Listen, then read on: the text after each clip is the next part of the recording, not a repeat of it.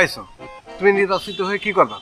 যে জায়গা রাস্তা নাই হেইনে রাস্তা হরমু, যে জায়গা নদী আছে হেইয়ের উপরে ব্রিজ করে দিমু। এ পাগল হয়ে গেছে। আমাকে এলাকায় কি নদী আছে যে তুমি ব্রিজ করবা? স্যার ড্রেনের পাড়াটা সিলাপ বানাবে সেই কথা করছে। এই ফাও কথা বলবা না মাস্টার সাহেব, আপনি এত হিংসা করেন কিসের জন্য আমারে? এখন আমি যদি নির্বাচনে জিততে যাই আমদের তো আমার বাসায় কাম করা লাগবে পারে, সমস্যা নাই, আমি আমনেরও তো আমার মতো জ্বালামু না। কারণ আমনের দিয়ে আমি অনেক উপকার পাইছি।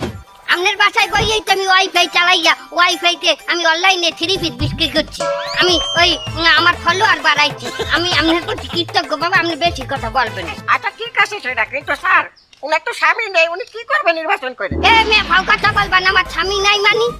আমার স্বামী না থাকলে আমার 5 গো গুড়া করে আইছে কমেডি, হ্যাঁ কি তুমি আমার গিফট করছো?